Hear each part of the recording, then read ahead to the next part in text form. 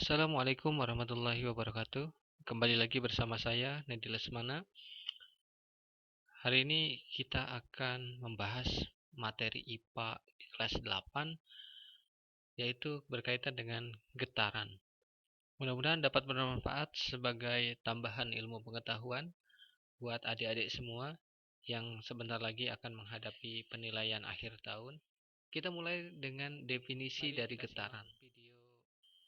Getaran itu adalah gerakan bolak-balik secara teratur yang melalui titik kesetimbangan. Jadi syarat untuk disebut sebagai getaran, maka dia harus bolak-balik dan melalui titik kesetimbangan. Nah, berikutnya adik-adik apa yang dimaksud dengan titik kesetimbangan?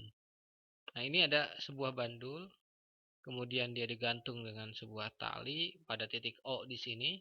Nah, ketika dalam kondisi bebas, tidak ada gangguan, tidak ada gaya yang mengusik dia, maka dia akan diam di titik O. Nah, inilah yang disebut dengan titik kesetimbangan.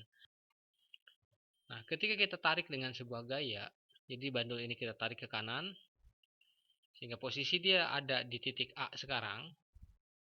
Nah, kita simpangkan ke titik A, kemudian kita lepas, maka yang terjadi adalah bandul ini akan bergerak dari A, kemudian bergerak ke O, ke B, balik lagi ke O, balik lagi ke A, dan seterusnya bolak-balik.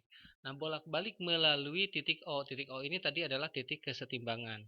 Nah, gerakan bolak-balik melalui titik kesetimbangan. Nah, maka ini disebut sebagai getaran. Nah, satu getaran, adik-adik perlu diperhatikan di sini adalah satu getaran itu terbentuk ketika bandul bergerak dari A dan kembali lagi ke A.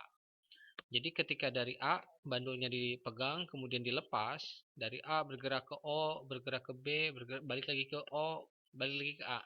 Nah, ketika sampai ke A itu disebut sebagai satu getaran. Jadi A, O, B, O kembali lagi ke A itu adalah satu getaran. Jadi dia dari A ke A satu getaran, balik lagi ke A dua getaran, dan seterusnya. Nah, banyaknya getaran itu disimbolkan dengan N. Jadi kalau satu getaran berarti N sama dengan 1. Kalau ada 100 getaran berarti N sama dengan 100.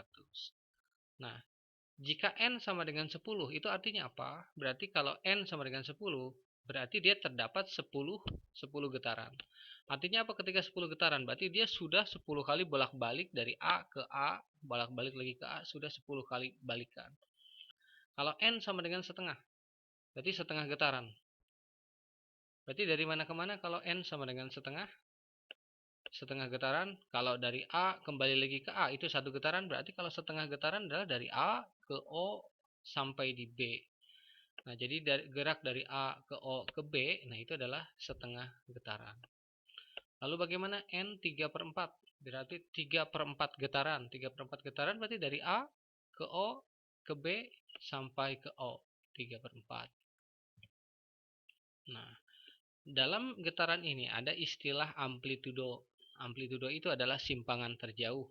Simpangan terjauh itu tadinya di titik O, kemudian digeser ke titik A. Nah, itu adalah dia menyimpang ke titik A. Nah, simpangannya kita hitung berapa jaraknya, berapa senti jarak dari O ke A. Gitu. Nah, itu adalah amplitudo. Nah, kemudian ada besaran-besaran lain yang didapat dalam getaran. Pertama ada frekuensi, kemudian periode. Nah, apa yang dimaksud dengan frekuensi? Frekuensi itu adalah getaran yang terbentuk tiap satuan waktu. Artinya berapa jumlah getaran yang terbentuk tiap satuan waktu. Nah, dalam satu detik berapa getaran yang terbentuk? Itu istilah dari frekuensi. Nah, frekuensi memiliki satuan hertz. Hertz itu artinya getaran per detik. Jadi kalau ada frekuensinya 100, berarti dalam waktu 1 detik terbentuk 100 getaran. Kemudian periode. Periode getaran adalah waktu yang diperlukan untuk membentuk satu getaran. Kita perhatikan bedanya frekuensi dengan periode. Frekuensi itu adalah jumlah getaran dalam 1 detik. Sedangkan periode itu adalah waktu yang diperlukan untuk membentuk satu getaran. Periode memiliki satuan second. frekuensi, karena tadi frekuensi adalah jumlah getaran tiap satuan waktu, maka rumusnya adalah F sama dengan N dibagi dengan T. Nah, kemudian periode. Bagaimana periode? Periode adalah waktu yang diperlukan untuk membentuk satu getaran. Berarti T itu sama dengan T per N.